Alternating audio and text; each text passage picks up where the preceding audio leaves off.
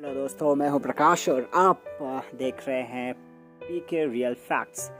आज के इस फैक्ट में हम एक कहानी की बात करेंगे। जी हाँ, ये कहानी है एक पंचतंत्र की, एक पुरानी और बेहद लोकप्रिय कहानी।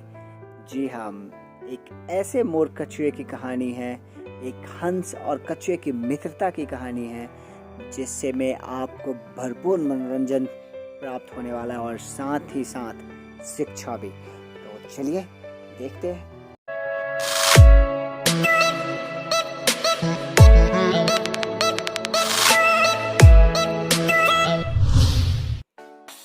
एक तालाब में कम्बुग्रीब नामक कछुआ रहा करता था। वह कछुआ बहुत बातूनी था। दूसरों से बात करते समय बीच बीच में टोका टाकी करना उसकी आदत थी। एक दिन दो हंस उस तालाब में उतरे। उन हंसों का नाम संकट और बिकट था। उन्हें तालाब के आसपास का वातावरण बहुत अच्छा लगा और उसके बाद से वे प्रतिदिन वहां आने लगे। कम्बुग्रीब कछुआ उन्हें प्रतिदिन देखता। एक दिन उसने उन दोनों हंसों से बात की। वे उसे दोनों भले और सज्जन लगे। शीघ्र उनमें गाढ़ी मित्रता हो गई। हंस रोज तालाब में आते और कछुए से मिलते। फिर तीनों बहुत देर तक नाना प्रकार की बातें करते। हालांकि बातों के बीच कछुए की टोका टाकी जारी रहती, किंतु सज्जन हंस इसका बुरा नहीं मानते थे। एक बार उस क्षेत्र में भयंकर अकाल पड़ा। नदी तालाब सूखने लगी। वह तालाब भी सूखने लगा जहाँ कछुआ रहता था। एक शाम जब हंस उससे मिलने आए तो उसे बताया कि वे दोनों वह स्थान छोड़कर 50 कोस दूर स्थित एक अन्य झील पर जा रहे हैं, जो पानी से लबालब है। यह सुनकर कछुआ दुखी हो गया और आंखों में आंसू भरकर बोला, मित्रों, कुछ ही दिनों में ये तालाब सूख जाएगा। मेरा मरण तो निश्चित है, किंतु इस बात से अधिक दुख मुझे इस बात का है कि अंतिम घड़ी में भी मैं अपने परम मित्रों को देख नहीं पाऊंगा। कछुए के इस बात पर दोनों हंस उदास हो गए। उन्हें कछुओं से सहानुभूति थी। वह बोले, मित्र कम्बुग्रीब, हम तुम्हें यहाँ अकेले छोड़कर नहीं जाएंगे। हम तुम्हें भी अपने साथ ले जाएंगे। हमारी मित्रता और सदा बनी रहेगी। लेकिन ये कैसे संभव है? मित्रों, तुम दोनों तो उड़कर चले जाओगे। मुझे तो धीरे धीरे चलकर उस स्थान तक पहुंचने महीनों लग जाएंगे। हो सकता है कि बीच रास्ते में ही मेरे प्राण पखेरु उड़ जाए। तुम दोनों चले जाओ, मैं तुम्हें याद करके अपने दिन व्यतीत कर लूँगा।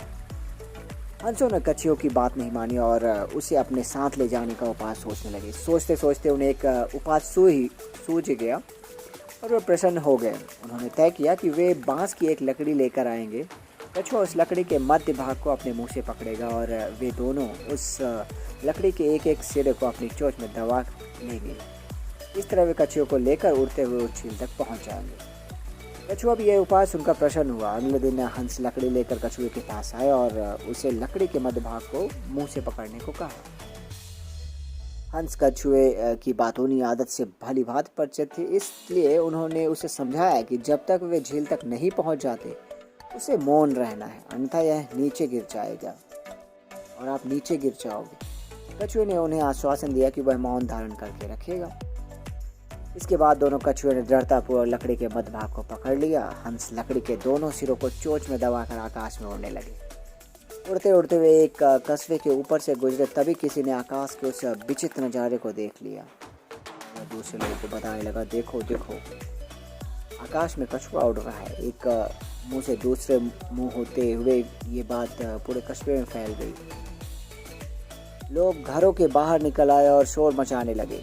यह शोर सुन कछुए से रहा ना गया। वह हंसों से बोला, ये लोग हमें देख इतना शोर क्यों मचा रहे हैं? और ऐसा बोलते ही कछुए के मुंह से लकड़ी छूट गई और वह सीधे जमीन से अटक गया और जमीन से टकराते हुए उसके प्राण पखेरु उड़ गए। दोस्तों, तो इस कहानी से हमें क्या सीख मिलती है? पहली सीख, बुद्धिमान व्यक्ति किसी कार्य के बारे में योजना बनाकर उस पर पूरा अमल करते हुए सफलता प्राप्त करते हैं, अन्यथा योजना पर टिके न रहने का दुष्परिणाम भोगना पड़ता है। दूसरी सीख, सामूहिक कार्य में समूह के सदस्यों की राय को महत्व देना आवश्यक है। उनकी राय न मानकर कार्य के नुकसान के साथ साथ व्यक्ति का नुकसान भी हो सकता है। और तीसरी सीख, मौके की नजाकत को देखकर ही मुंह खोलना चाहिए। दोस्तों, मुझे उम्मीद है ये पंचतंत्र की कहानी आपको काफ़ी बेहतरीन और काफ़ी शिक्षाप्रद लगी होगी। मुझे कमेंट कर करके ज़रूर बताएं। वीडियो को अंत तक देखने के लिए आप सभी का बहुत बहुत धन्यवाद।